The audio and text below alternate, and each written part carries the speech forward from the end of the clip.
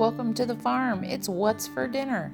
Tonight we had some pan-seared sirloin, cooked medium and medium rare, sauteed onions and sweet peppers, of course some mixed greens and balsamic glaze, and then a side of mashed potatoes and applesauce. Let's get started. Well, I picked a batch of fresh greens from our garden. And the best thing I can tell you is when you don't use any chemicals, make sure you soak and wash well for them buggies. Apple cider vinegar helps. I lay them on a towel and just let them beautiful chard and kale air dry. Vidalia onion, diced, using about a quarter here.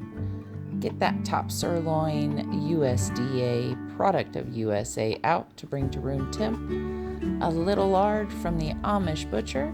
About a tablespoon goes in those quarter cup of onions. Gonna take another tablespoon, and there's the rest of that Vidalia onion. We're gonna saute those up for top of the steak. Bring that pan to a medium-high heat, just so it comes up to temp. Once it comes up to temp, you wanna go ahead and turn that to medium so that it slowly caramelizes. Don't forget to pat dry your steaks and keep them out to bring to room temp. Gonna go ahead and put the quarter cup of onions for the greens on. Stir those sauteed onions. While the onions are softening, I'm gonna go ahead and take off the stems of the Swiss chard and add those in with the onions, as they take a little longer to cook than the leaves do. Give everything a quick stir, and then I grab the good old Montana steak seasoning. I love this stuff on a multitude of items.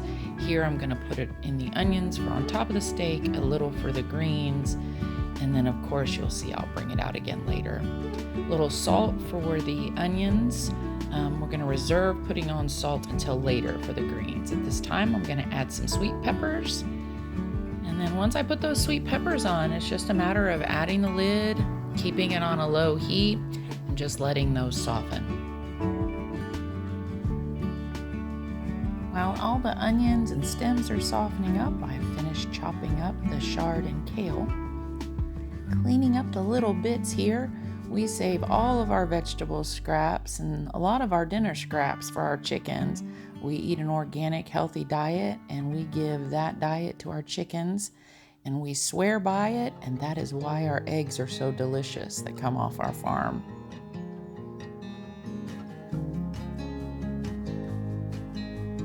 At this time, I want to add a good tablespoon of butter. That'll give it some extra flavor, along with garlic, my husband's favorite herb, a big old healthy tablespoon. Give that a quick stir. Before we add the greens in, we want to make sure we turn that heat down to a low or medium low. Grab those greens and just pile them in.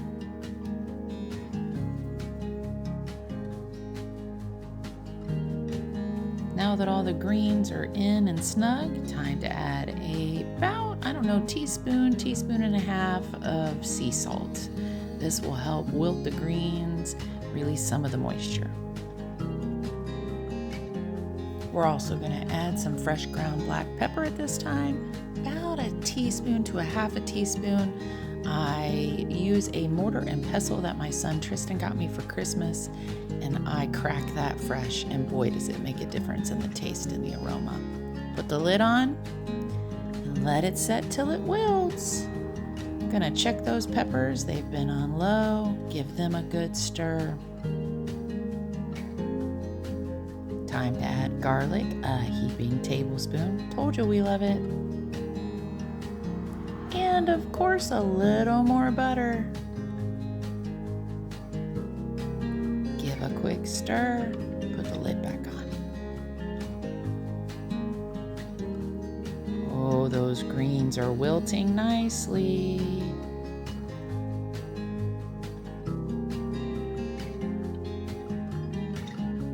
Now that the fresh greens are wilted, it's time to add some frozen spinach. This will give us a nice mix of greens and a nice mix of flavors. Lid back on. There's that Montana seasoning I spoke about earlier. Time to load up both sides of your room temperature steak.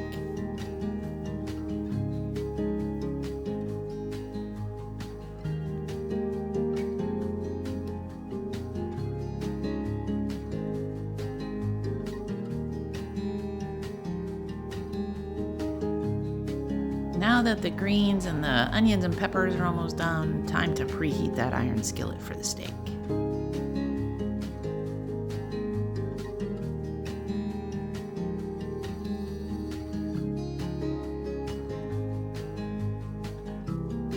Everything is looking delicious. Time to go ahead and turn those peppers off. Put the lid on those. And when I turn the peppers off, I'm actually going to turn the greens up.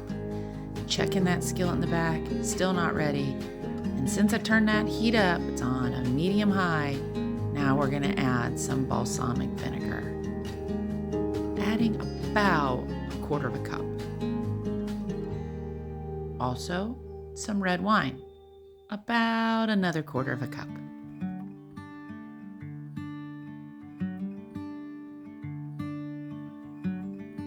Well, those greens are simmering away. That pan is nice and hot. My favorite part, the sizzle.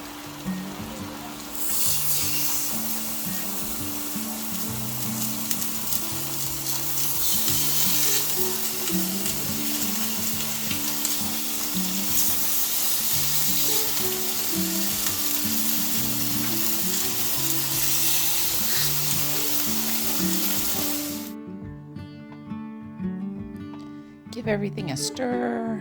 Ooh, everything is cooking up so nicely.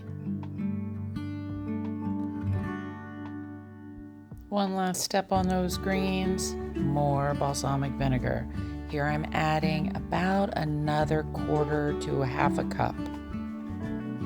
Also at this time, since the steaks have been cooking about 4 minutes on that side, 3 to 4 minutes, I'm gonna go ahead and add 3 pats of butter. This is where the extra flavor on your steak comes in. Now it's time for those easy peasy mashed potatoes. I'm telling you, nothing wrong with some good old instants. Oh yeah, and more butter.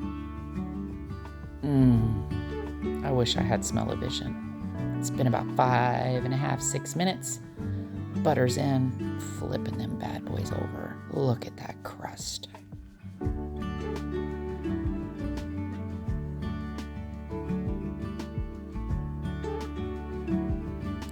Oh my gosh, the greens are glazed beautifully with that balsamic vinegar and red wine. Steak is also ready to come out. I'm gonna give it one flip, get all that juice all over there on both sides, and then we're gonna take it out on the plate and let it rest. And for the love of God, whatever you do, do not leave that butter and fat and juice in the bottom of that skillet. Pour it all over that meat. Well, here you have it. Some instant mashed potatoes and butter, sauteed onions and peppers. Oh, balsamic glazed mixed greens, and medium sirloin steak. I can just taste it already. Well, y'all, that's it. Dinner's done. Time for me to eat. Thank you so much for watching. All my subscribers, thank you. If you aren't a subscriber, please think about subscribing. Ring that bell. Share my videos. Like, and please leave a comment. I have enjoyed interacting with all of you so much lately. You have been such a blessing to my husband and I and our family. We truly appreciate you. Until next time, as always, have a great day.